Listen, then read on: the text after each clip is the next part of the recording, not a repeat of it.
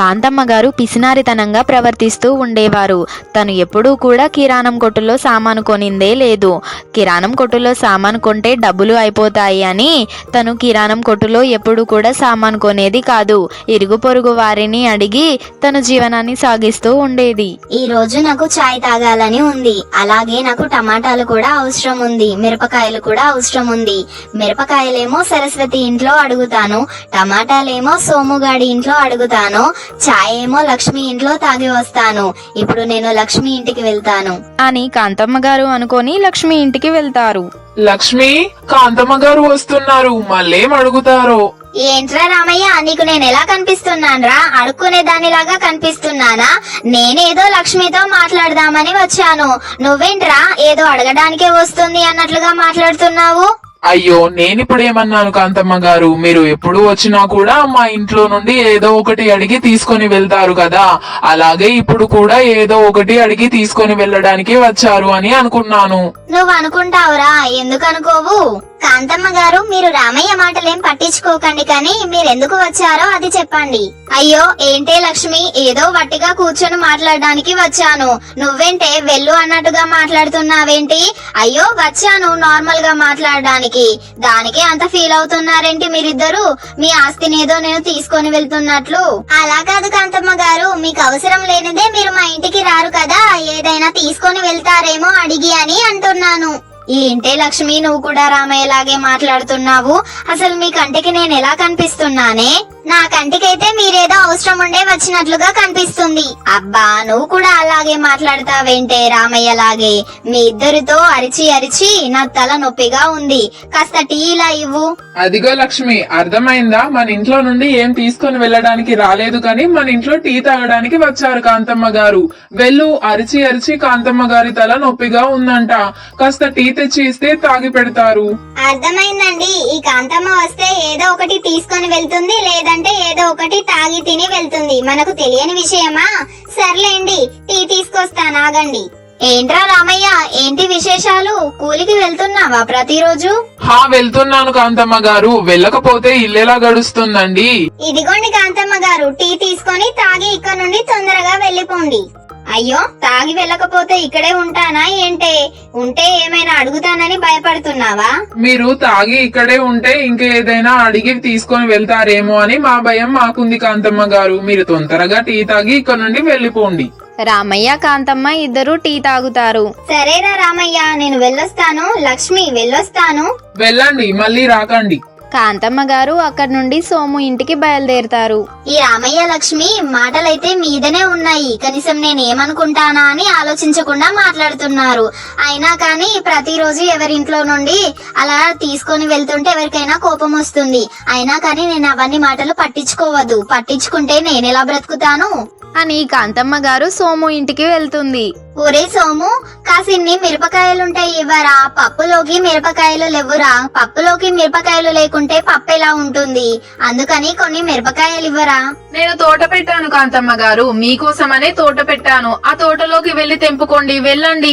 అయ్యో, ఎందుకురా అంత వెటకరంగా మాట్లాడుతున్నావు? నేను అడిగింది కాసిన్ని మిరపకాయలేనాయే, నాకు తోటతో ఏం పనిరా? ఏంటి కాంతమ్మ గారు, ప్రతిరోజు వస్తారు, ఏదో ఒకటి అడుక్కొని వెళ్తారు. ఇలాగైతే మేమెలా బ్రతకాలి? మిమ్మల్ని మేమే పోషిస్తున్నట్లుగా ఉంది. ఈ ఇంటికి వెళ్లి టమాటాలు అడుగుతారు, ఆ ఇంటికి వెళ్లి మిరపకాయలు అడుగుతారు, ఆ ఇంటికి వెళ్లి చక్కెర అడుగుతారు.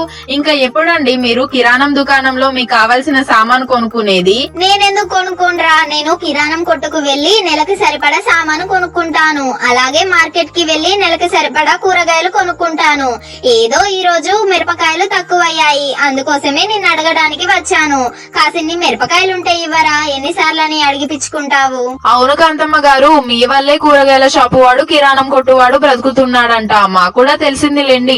సర్లేరా సోము, కాసిన్ని మిరపకాయలు ఇవ్వరా.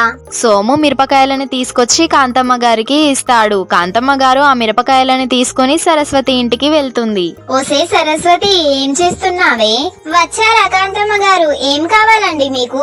ఒక 4 టమాటాలు ఇవ్వవే సరస్వతి. పప్పు కూర చేస్తున్నానే, అందులో టమాటాలు వేయకపోతే బాగోదు కదా, అందుకని టమాటాలు అడగడానికి నీ దగ్గరికి వచ్చాను.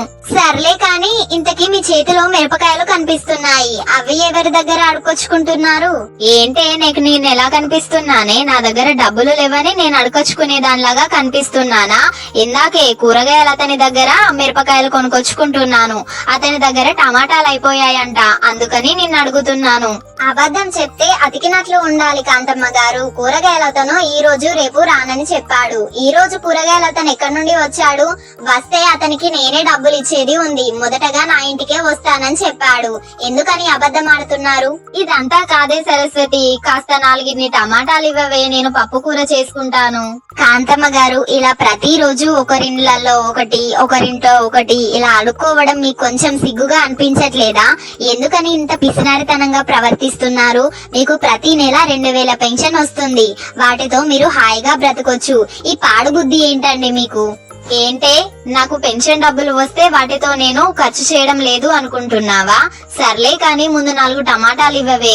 సరస్వతి టమాటాలు తీసుకొచ్చి కాంతమ్మ గారికి ఇస్తుంది. కాంతమ్మ గారు ఆ టమాటాలను తీసుకొని తన ఇంటికి వెళ్లిపోతారు.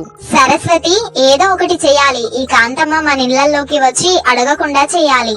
అవును లక్ష్మి, ఏదో ఒకటి ఆలోచించాలి. ఈ కాంతమ్మ ప్రతిరోజు మన ఇళ్లలోకి వచ్చి ఏదో ఒకటి అడిగి తీసుకుని వెళ్తుంది.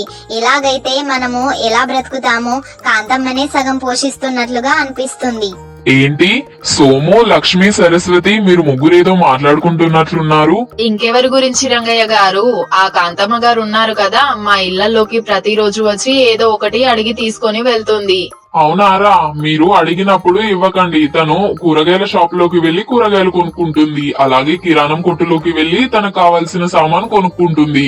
అడిగిన ప్రతిసారి మీరెందుకు ఇస్తున్నారు? తన మాటల వల్ల తనపై జాలి కలిగేలా చేస్తుంది రంగయ్య గారు. అందుకని తను అడిగిన మిరపకాయలు, టమాటాలు, చక్కెర, పసుపు, ఉప్పు, కరివేపాకు ఇలా అన్ని ఇవ్వాల్సి వస్తుంది. ఒక రోజు మీరు ఇవ్వకండి. అలా అయితే తను కిరాణం కొట్టుకు వెళ్లి తనకు కావాల్సిన సరుకులు కొనుక్కుంటుంది కదా, మీరెందుకు అడిగినప్పుడల్లా ఇస్తున్నారు? ఇక నుండి అలా ఇవ్వకండి. అవును రంగయ్య గారు, మీరు చెప్పింది నిజమే. లక్ష్మి, సోము, ఇక నుండి కాంతమ్మ గారు మన ఇంటికి వచ్చి ఏది అడిగినా కూడా మనం ఇవ్వొద్దు. అలాగే సరస్వతి. మరుసటి రోజు కూడా కాంతమ్మ గారు లక్ష్మి, సోము, సరస్వతి ఇంటికి వచ్చి ఏదో ఒకటి అడుగుతుంది. వాళ్ళు ఇవ్వకపోవటంతో కాంతమ్మ గారికి ఏం చేయాలో అర్థం కాదు. ఈ ముగ్గురిని ఏదడిగినా కూడా ఇవ్వడం లేదేంటి?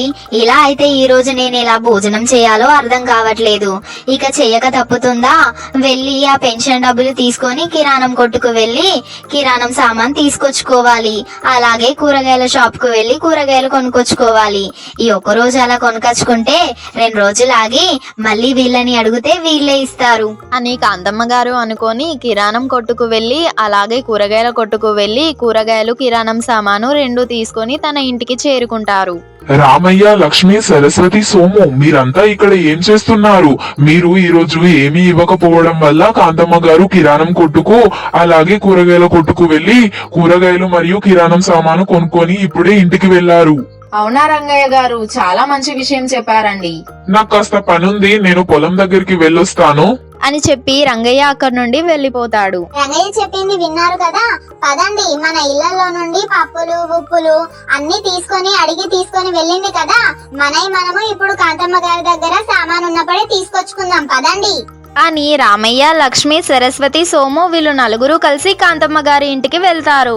ఏంటే మీరంతా కట్టకట్టుకొని వచ్చారేంటి? కాంతమ్మ గారు, ఎన్నడూ లేని మీరు ఈ రోజు కూరగాయలు, కిరాణం సామాను కొనుక్కొచ్చారు కదా, అందుకని మా దగ్గర టమాటాలు, మిరపకాయలు, పప్పులు, ఉప్పులు అన్ని తీసుకొని వెళ్లారు కదా, మాకు ఇవ్వమని అడగడానికి వచ్చాము. ఏంటే మీ ఎక్కడివే ఇచ్చేది? సామాన్ లేదేం లేదు, మర్యాదగా ఇక్కడ నుండి వెళ్ళిపోండి. మీరు ఇలా అయితే ఎందుకు ఇస్తారు కాంతమ్మ గారు? ఒరే రామయ్య, కాంతమ్మ గారి సామాన్ తీసుకొచ్చింది కదా, ఆ సంచి పట్టుకొని రారా. మనం అక్కడికి వెళ్లి ఎవరికి ఏమేం కావాలో పంచుకుందాం. వెళ్ళి అది సంచి తీసుకొని రాపోరా. రామయ్య సరుకులు, కూరగాయల సంచిని తీసుకొని అక్కడి నుండి వాళ్ళంతా వెళ్లిపోతారు. ఒరే ఆగండ్రా, ఎందుకురా ఇలా చేస్తారు? మీరెక్కడ దొరకారా మీ దుంపలు తెగ? అనవసరంగా మీ ఇళ్లలో నుండి సామాన్ని అడుకొచ్చుకున్నాను. ఇప్పుడే కదరా నేను కిరాణం కొట్టు నుండి, కూరగాయల కొట్టు నుండి సామాన్ తీసుకొచ్చుకున్నాను. అప్పుడే వచ్చి అలా తీసుకొని వెళ్లారు. దీని వల్ల నాకు అర్థమైంది ఏంటంటే, ఉన్నది లేనిది కూడా మన ఇంట్లో మనమే తినాలి, పక్క వారిని ఏం అడగకూడదు. అడిగితే ఇలాగే ఉంటుంది. అని కాంతమ్మ గారు అనుకుంటారు. ఇలాంటి ఇంకా ఇంట్రెస్టింగ్ వీడియోస్ కోసం మన కార్టూన్ టీవీ అనే ఛానల్ ని ఇప్పుడే సబ్స్క్రైబ్ చేసి బెల్ ఐకాన్ యాక్టివేట్ చేసుకోండి. మేము ఏ వీడియో అప్లోడ్ చేసినా అది మొదటగా మీకు నోటిఫికేషన్ గా వస్తుంది.